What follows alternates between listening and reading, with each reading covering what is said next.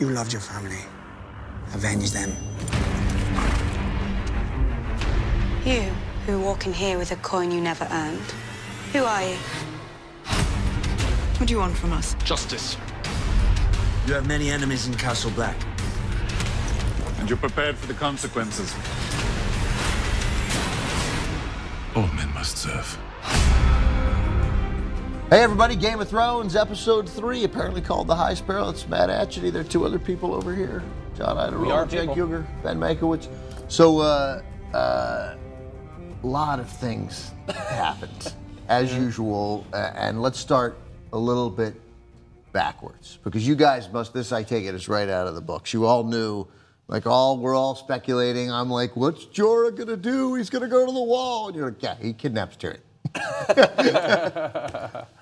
Yeah, look, it is out of the books. One of the few things that's almost exactly in this episode like it is in the books, but these two episodes have diverged wildly overall from the last so far this season has diverged wildly. But yeah, I mean, that overall was very similar, but you never know now. You never know, considering what they've said about how they're going to diverge and how they're going to show things that are only going to happen later on in the books. Okay, what will be an unbearable theme of this episode of our review is I told you so.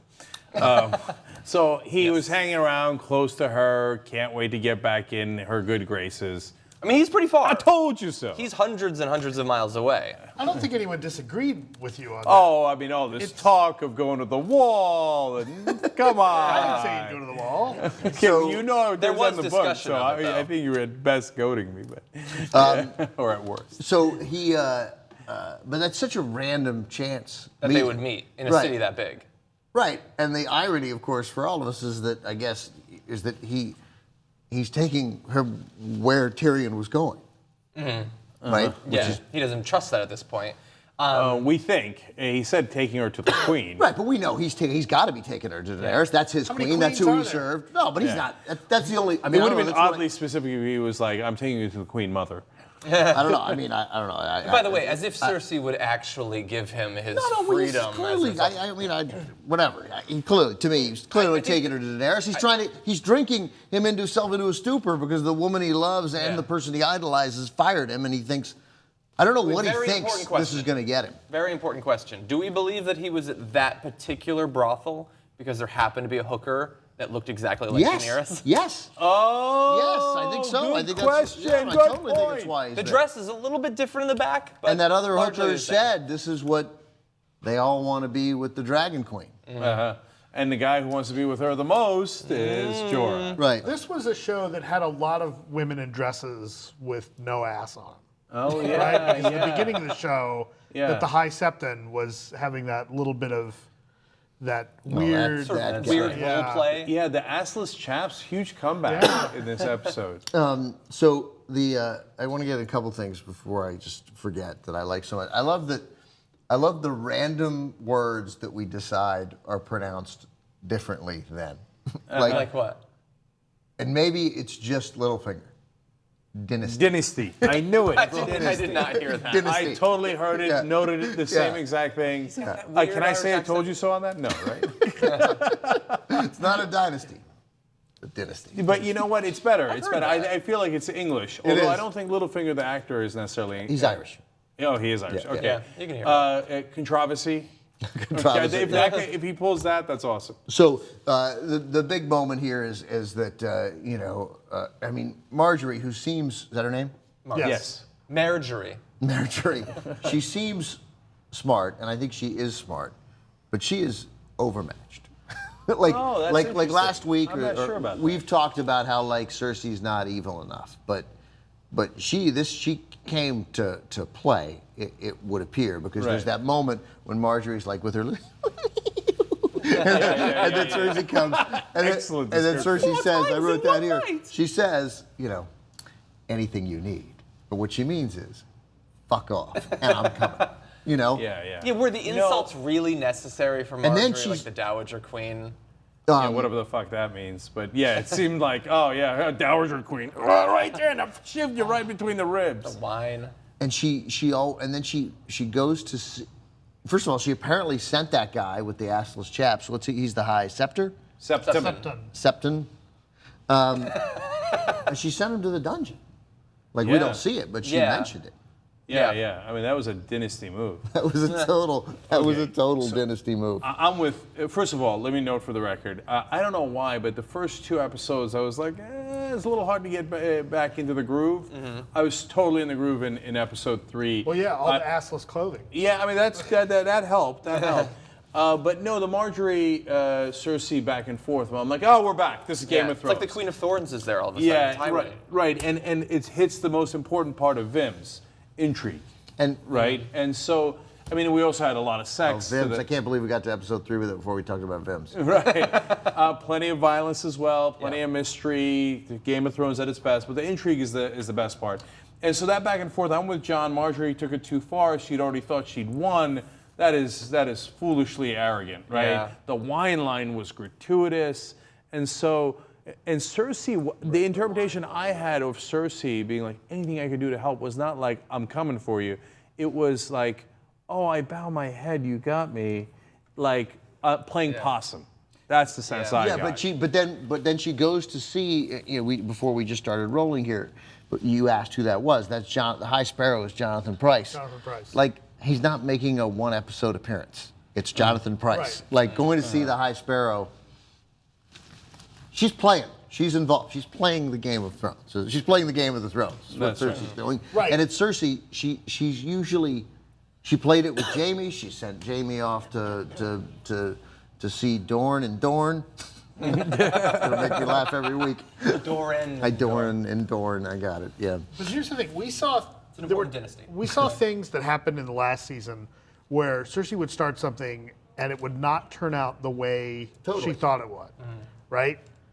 Yeah. So no, I'm not saying but she plays, and there are casualties when she plays. I mean, she plays to win. She'll give up 3 pawns to get your bishop. Totally. right, but she'll try and get that bishop, and then she leaves every other piece exposed. The thing is, as I keep saying, Cersei is not nearly as smart as she thinks she is. Well, you and I have kind of a disagreement on that. Very dangerous place to be. You and I have a disagreement on that, and you're likely to be right because you read the books. Yeah. But although I can't, if I'm right though, I'm gonna lay "I told you so" thick on. But I feel like Cersei plays a mean game, literally, right? And she has no limits. And that helps. That helps. Not having any limits, shamelessness, etc. Being willing to do what others are not willing to do is a Kaiser Soze move, right? And so I think that she has a lot of advantages. So if she's matched up against one of the best, whether it's Tyrion, Varys, Littlefinger, then she might lose. She's asked for a meeting, like that's what we know. She wants to meet with Littlefinger. Right, and so, but I think against an average player, and we don't know how good a player Margaery is yet. We think she's significantly above average, but we don't know if she's Cersei level yet. I would say that she's a formidable force. So let me interrupt you. I'm going to interrupt you because I think that the reason that, again, you've read the book, so it's like it was a pointless argument for me and Jay. But I think that the reason that they're changing a lot. I think that Cersei, she doesn't have a choice. It wouldn't matter if she was smart. She has to do this because and she knows this, her hold on power is so tenuous. Like she can't, at some point, it's like if she lays low, if she does nothing, at some point, they're going to realize what Tywin's brother realized. Like, why are you even at the meeting? Yeah. Like, you're done. Well, wait, like, actually, you're done. Can I say something about that? No. Yeah. So, what I don't understand is what has sort of made her, over the entire run of the show, sort of human, is that as evil as she is, the incest, the killings, and all that, what grounds her is the fact that she does it because she loves her family. Like, to some extent, Jaime, but she loves her kids, and she didn't want her kids to be at risk of death. But now she has the strongest allies, the Tyrells, the strongest allies in the world, and yet she's trying to drive them away. Like, if she wants her son to be king, to be secure, why is she splitting that asunder? Because it wasn't supposed to be about her wanting power for herself. She should be fine with living out the rest of her days with as much wealth and freedom as she wants. What you just said, the first part of it is wrong. She's 100% over Joffrey. She's indifferent to Tommen. She loves Tommen and Myrcella. And she sent what's her name? She didn't send Myrcella. She didn't fight it much. She fought it a little. She threatened to kill him. I can't believe I'm about to say it. You're being unfair to Cersei. She threatened to kill who? Listen, she was totally outmaneuvered by Tyrion on that.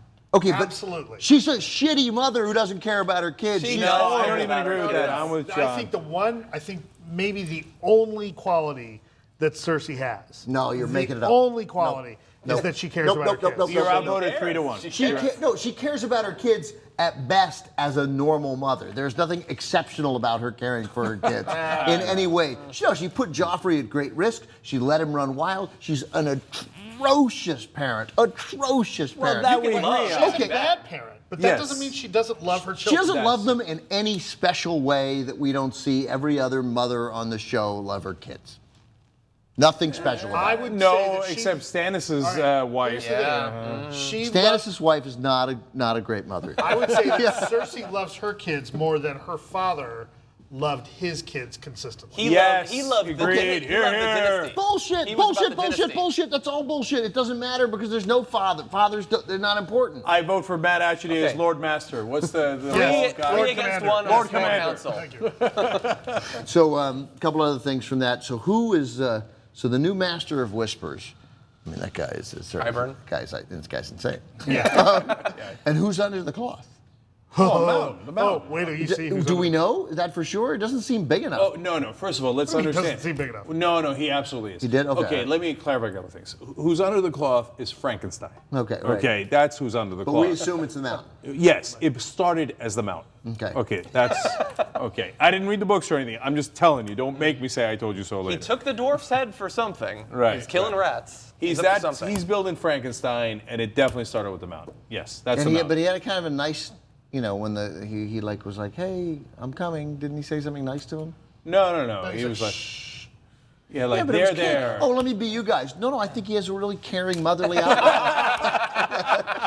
That's what grounds him as a character. Right, totally. He's not all bad. Listen, he's a mad scientist, but he loves that creation. No, by the way, I actually, look, that's the great thing about Game of Thrones. Everything's complicated. There's a part of that insane dude that I kind of like, Dr. Frankenstein, okay? I like his pursuit of knowledge. Like, he's like the Tywin Lannister of knowledge. Man was not meant to know. Yeah, I know. Right. I didn't get that. And Marjorie's manipulation is a little like it seems, it was so. It was like we should be beyond that now on Game of Thrones. The having sex with Tom, although it's so easy. He's like 11. Right. He's like a And little. she is beautiful. She is beautiful, and then she's like, but I love it. So Tommen goes and says to her, "You always loved Casterly Rock, didn't you?" And Not she's so not. much. Yeah, and she's. It's just. But they can't. Like, why can't she? She can't just tell him no. I don't know. I just thought it was a little strange. Well, to your earlier point, Ben, I think that if she'd cared for Tommen enough, she would have prepared him better for this, right? Totally. Like, I feel like he's a 1,000% rookie, has no freaking idea what's going on. Yeah. And to your point, Matt, about how she's not that smart, the minute Joffrey died, she should have gotten Tommen in a headlock and be like, dude, Marjorie's coming for you. Don't be a fucking idiot. Here's what's gonna happen. Now I'm gonna school you on all things Lannister. And like, right? She's gonna have sex with you, and you're gonna want to do whatever she says. How could she not have said that? Right, it's fine, have sex with her, have your pleasure, right. and then come to mom. Right, because I'm going to help you protect what is ours. Right. Yeah. She views things as tyrants. How could she have not poisoned that well? That's an incredibly stupid move. I think it's because he's such a, you see, he's a naturally, empathic, nice person. He doesn't want to kill given opportunities to do the sorts of crazy things that Joffrey would do, he chooses not to. And I think you can influence someone with training a little bit, but I think that the way that Marjorie tries to influence him, it just naturally works with his personality better than the sort of manipulation Cersei could do. That's true. Yeah. Although who knows? She's going to continue to try to. Well, I don't think Cersei understands. I don't think she can understand someone like Tommen who's relatively innocent, right? Everybody else in her family is, even her brother, both of her brothers. I mean, she played the game against Tyrion. She manipulates Jaime and gets manipulated by him. Her father, everybody in that city is conniving and at each other's throats. And Tommen's like, I'm just trying to do the right thing. And my cat. What do I do with this? Yeah, they might have an issue on perspective. She might not be able to relate to him because their perspective is so different. Yeah. So let's move to the north. Mm-hmm. Two storylines. So early on, we get so Littlefinger is pimping Sansa to Reese Bolton. That's pretty hideous. No, that's fucking awesome. Okay, it's enormously hideous, but it shows perhaps he does not have that Achilles heel. We thought Sansa might be his Achilles heel because he loves her or whatever. So what do you think he's doing? But I mean, that is a cold, I'm going to say it for the second time in this analogy, that's a Kaiser Soze move. I will shoot my family before you shoot them. So then we get the thing at the end, but what do we think's happening then? What do we think Baelish is in that Bolton-Baelish conversation? Here's what we know when that Baelish-Bolton conversation is. It was all subtext. Like, doesn't matter what anybody said there, because those guys are not going to be like, great, so we'll work together. Terrific. Yeah. You know. Well, I think that she is something that they both need. It's a potentially strong tool in the future. I mean, you see some of the strategizing about what's going to happen militarily there. I don't think that he has to necessarily trust Littlefinger to want to have access to Sansa. I mean, that's invaluable. So whatever's coming, they both, like, whoever one wins gets, having Sansa is useful. Yeah, I think so. A Bolton's perspective, I understand 100%. Like he lost Tywin. Yeah, and he knows that the very likely Stannis is coming. He's got to shore up his allegiances in the north. It's all win. Nobody in the north wants him or respects him, but if he's able to show, hey man, so look, I got Sansa Stark. Yeah, the Lannisters are not coming, so it's okay to piss them off. That's fine. He's got to shore up defenses immediately. Stannis is coming, right? Yeah, and I don't see honestly how the rest of the North doesn't rise against them. I understand much of their military power has been wiped out, in previous seasons and everything, but it's not just that he didn't help Roose Bolton, I'm saying, that he directly killed their king. Why would they ever serve him in the slightest way, except for the fact that he has a slight military advantage right now? Well, he's a total military advantage over any army in the north other than Stannis, right? Right. Stannis is the only one with any force that is together already. That's together already. I mean, most of the lords of the north got killed when Robb got killed. So it's all kind of like, that's true. What soldiers survived went back to their homes. It's not like there's some unifying force. That's what so like that army's, been scattered to the winds, so to speak. Yeah, they're really a defeated army. Right, and so the Bolton army is kind of the only one standing at the moment, except for Stannis. Until Stannis. Yeah. So that's the only thing he needs to worry about. So the Bolton, motivation is clear. Baelish, that's a different ball of wax. Now that dude's 8 layers deep. I can't keep up with him, right? Yeah. So one thing is that I loved was when I saw that he was willing to give up Sansa. I was like, man, that's a fucking move and a half right there, man. I did not see that coming. I didn't even think he was like badass enough to be like, oh, the one person I love in the world. Here you go, let me give it up to an incredibly evil guy. He doesn't know how bad Ramsay is, but he knows how bad Roose Bolton is. Yeah. And he still gives her up to that family. Well, it was an interesting moment when he's talking to Ramsay and he says, I don't know anything about you. And there's that moment like that's the worst place to be with a guy like Baelish. Like as far as Baelish is concerned, like there's a player in the game that he doesn't know anything about, or at least he says he doesn't know anything about. And Ramsay is very good at projecting this aura of being like slightly dim-witted, but a happy sort of amiable guy. They've cast that role well. Yeah. So, but we can't think they're really legitimately working together. I mean, that's what I wrote down here, is that I don't know what's happening, but neither one of them. Who knows? I mean, Littlefinger worked with the Lannisters early on in the first season. No. They've obviously, that part I feel like I'm clear on. They've made a marriage of convenience. Right. Okay. What I'm unclear on is what in the world does Littlefinger want with the Boltons? So because he thinks they're about to lose to Stannis, right? I mean, I would imagine, right?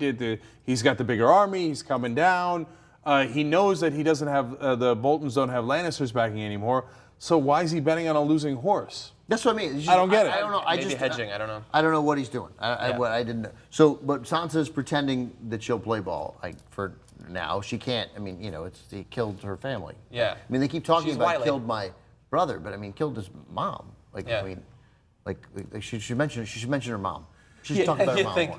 Right. Never a big fan. Right, but Roose Bolton physically killed Robb. Yeah, but so who knows who killed? Like she knows that Roose Bolton himself. Yeah, but she knows her Robb. mom's kid. It's a distinction without difference. It would be significant to me, I think.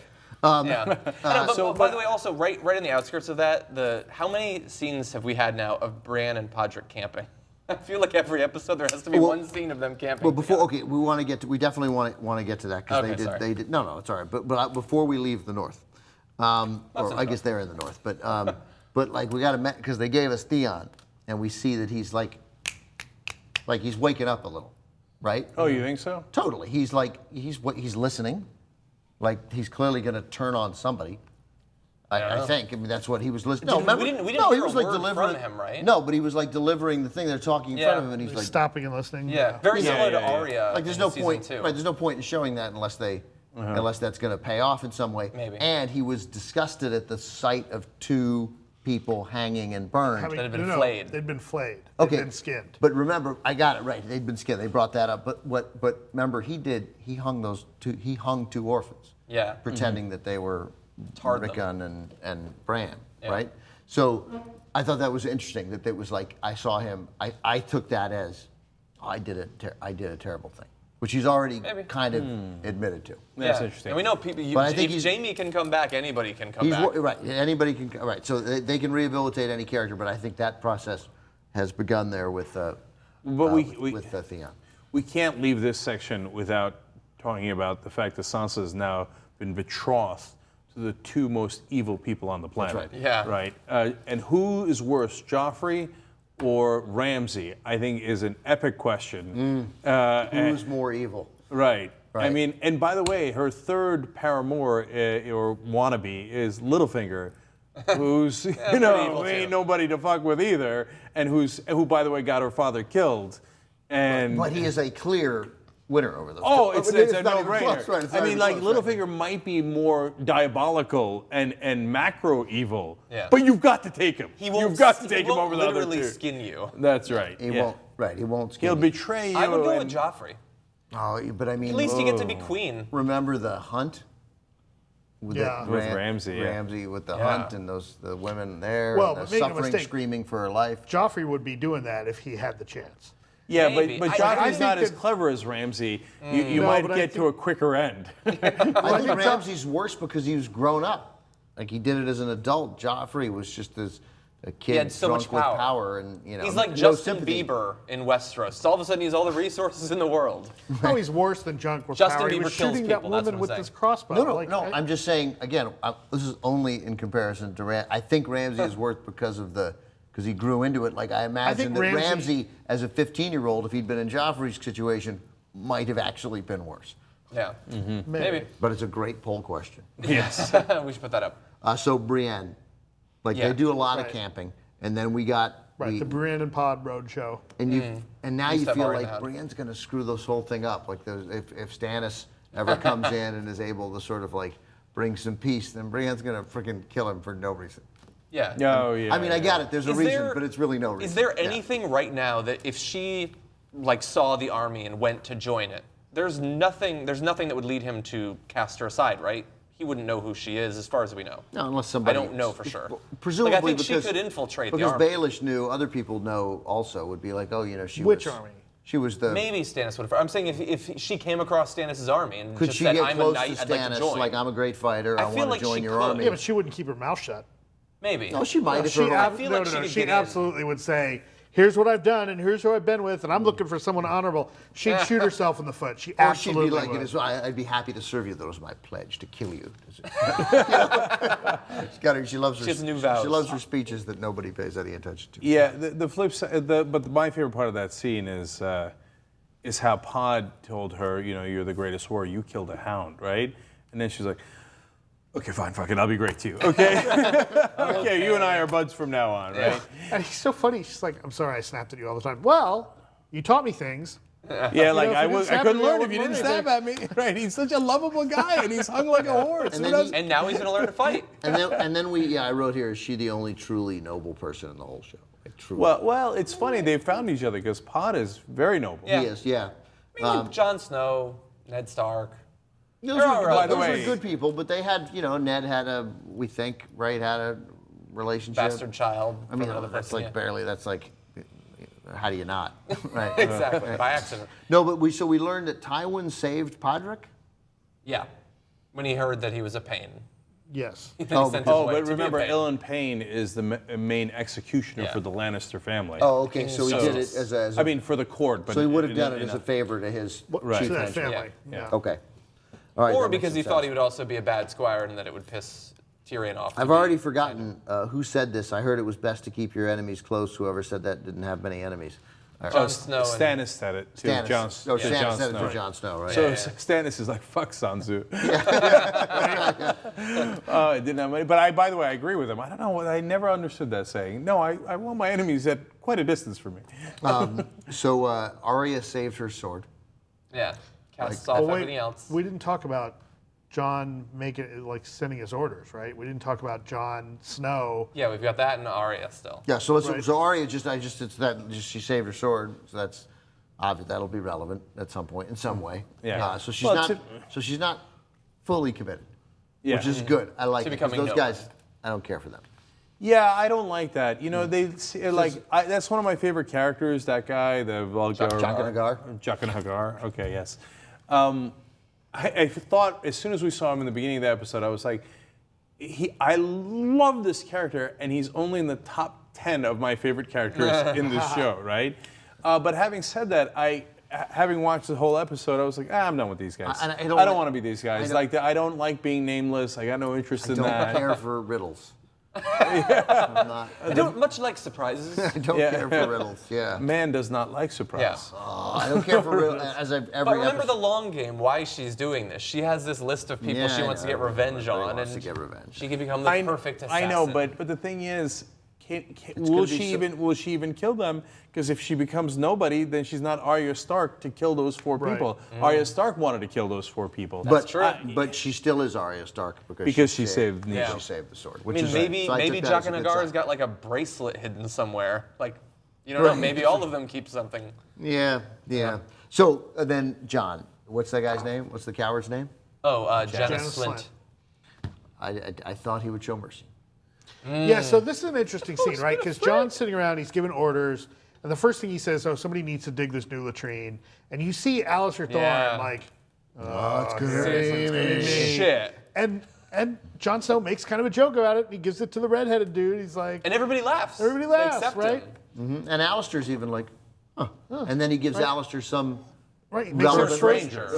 Like, that's a big position. So and it's also a recognition that he's a good leader. He's not just trying to smooth things over with his enemies. He's like, no, as everybody acknowledged when the election speeches, like, no, he's a great fighter, and he's a serious man of the Night's Watch, and he needs to be the first ranger. I can't have one of these bozos who I'm friends with be first ranger, right? You know, first ranger, Ed. And then there's that great moment when Alistair Cook. Alistair, what's his Thorne? Alistair Thorne lets the coward thinks he's got his. Well, yeah, because Jon Snow orders Janos Slynt that he's going to go to the river, whatever, something like that. Like go rebuild that castle, take some men with you, and Janos Slynt's like, no, absolutely not. Yeah, then all and gets in his face about it, and Jon calls his buddies. It's like, all right, take him outside. And there's this moment where like, Alistair Thorne's going to stand up for him, and he's like, he stood out of the way. I thought that was great. Yeah, I got to be honest. Should he have shown mercy? Yeah, no.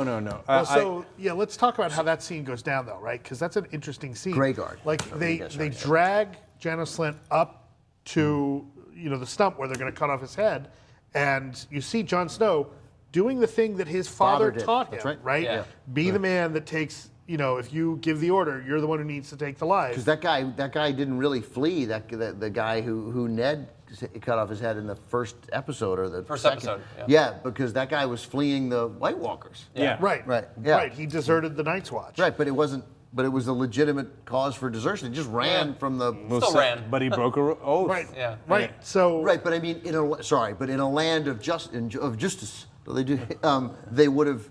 That would have been a mitigating circumstance. It was, I thought, a weakness. Yeah, but it would be like someone telling me that, I was, I left because there were ghosts after me. I'd be like, there were ghosts after you. Right. Yeah, except it turned out there were ghosts after you. But they didn't know about that until later. They should have known. They should have known that this mythical the creature Night's existed. Watch is there to fight the White Walkers. Yeah, that's true. That guy's not supposed to run from him. I got you. He's not doing anybody any good being the next person killed by the White Walkers. What was valuable was going to Ned and saying, they're White Walkers. Let's go back. Like, you want me to sign up and head back in? I'll go back and fight. Yeah, but that's not what he was saying. But I like that we're debating episode 1 of season 1. Yeah. Okay. No, I realize I'm consistently outvoted 3-1. It was a huge weakness of Ned. One of Ned's biggest weaknesses, not to take that guy seriously and not even to listen.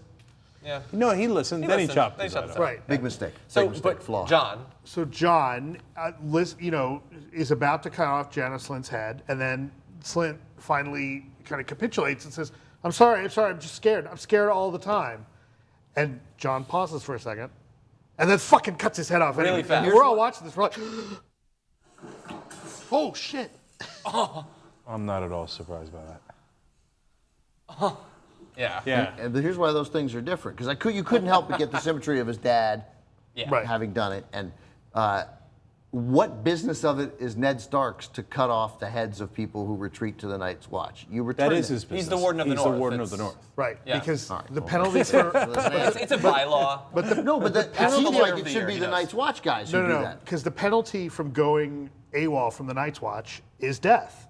And as the Warden of the North, if Ned Stark catches one of those guys, the sentence is death.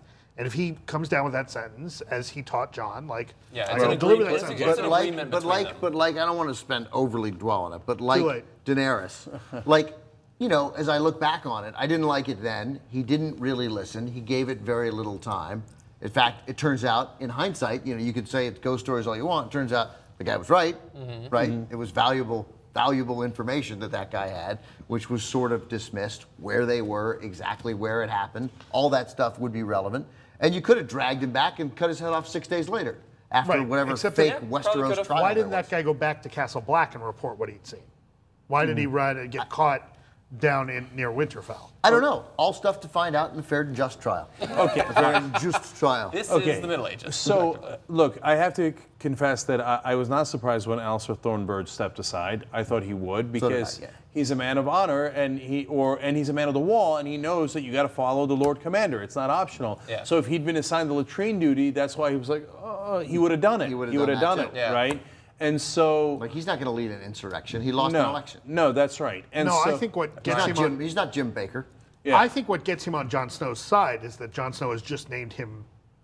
yeah, and that was an Yeah. incredibly the savvy order move. of those jobs definitely makes sense. It's like, look, I could have given you a latrine. I didn't. I gave you this. Oh, and then by the way, now you can Yeah, turn on your friend. John was winning his respect. Yeah, no, that was super savvy all around. And Thornbird knows that Janice is a slint, that he's a coward, and you know. Yeah, and he all learned that. He may not have known it fully, but he learned it on election night. He was Yeah, like, he oh, knows. those He stories- knows that's not the guy he to was like- back. Yeah. Right, and I was totally not surprised when Jon Snow killed him. Yeah. Because not only because of the Ned Stark comparison, not only because you can't half do that. You've got once you grab the sword, it's over. I was okay? much more comfortable with that one than I was the first one. Right, and I thought he would give him one opportunity to, like, repent. Yeah, no, yes, but he was too late and he repented in the wrong way. He said, I'm a coward and that's who I am. Then he had to chop his head off because he can't have a coward even guarding a river, right? Yeah. It sends the wrong message. Oh, okay, then let the coward run things. No, you're done. I already gave the order. You already said no to the order. Besides, you're useless, right? He's got to swing the sword. Also, those guys, like, were being selective. Again, I won't let it go. But I mean, okay, yeah, that guy was really AWOL. But apparently they break their vows all the time. They go into the village. They whore around. You know, they There just are sometimes- vows and vows. Right, like there are vows and whoring vows. leaving. Yeah, is but different. listen, he cuts off that guy's head, and who gives him approval for it? Stannis. Yeah. Stannis gives him like, Although, as we said while watching, it would have been awesome if Stannis had shot him through the heart with an arrow. No, you don't get your execution. So I felt good that I in my own head I'd gotten that right, and I have to note for the record that in the beginning when the guy drinks the water in the House of Black and White, I was like, Oh, that that's guy- what it was. Yeah, I said that guy's dead. Yeah, so did I. I predict this guy dies after drinking it. Yeah. Okay. Oh, sure. Yeah, I got witnesses. Yeah. I thought you'd become we're all very strong and virile. We're all very impressed you saw the obvious plot Yeah. point. I love this guy so much. I'm slightly bi for him. I told you he'd die. Fucking nailed it. Where's Ben to take notes? Somebody remember to give me credit for that. Oh, and also the mountain was going to move.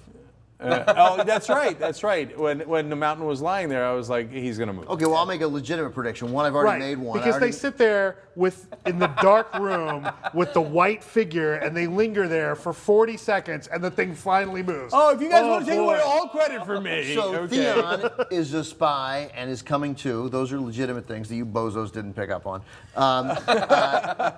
And when they get to the north and Sansa gets off out of the Buick, we get a shot of like 3 women, one of whom is very pretty and is in the foreground. And I asked you who that was, and you don't know, so that's a player. You know? Oh yeah, that's definitely a player. We just don't know who. We don't know who, but I thought this is where you were going to do the great prediction. That person's going to come back and have a role. That's worse than my prediction. Nailed it. That's more obvious. In a later episode, she's going to have lines. Okay, well. That is a prediction, I guess. Duly noted. Yeah. All right. Well, okay. So there we go. That's episode 3. We're left with the abduction, and I'm totally interested because I love. You don't, but you're wrong. I like Jorah. I like Tyrion. I love Jorah. I like Tyrion. So I'm anxious to see where that buddy movie Jorah's goes. a That's loser. right. We've got another buddy Jorah's a comedy fucking together. loser. There, I said it. He's a loser. Oh, you're so. Daenerys should have kept Lord Commander, what have you done? Yeah. She apparently doesn't believe keep your enemies I'd have close. beheaded him. Only if he said he was a coward. All right. Have a good week, everybody. Thanks for watching.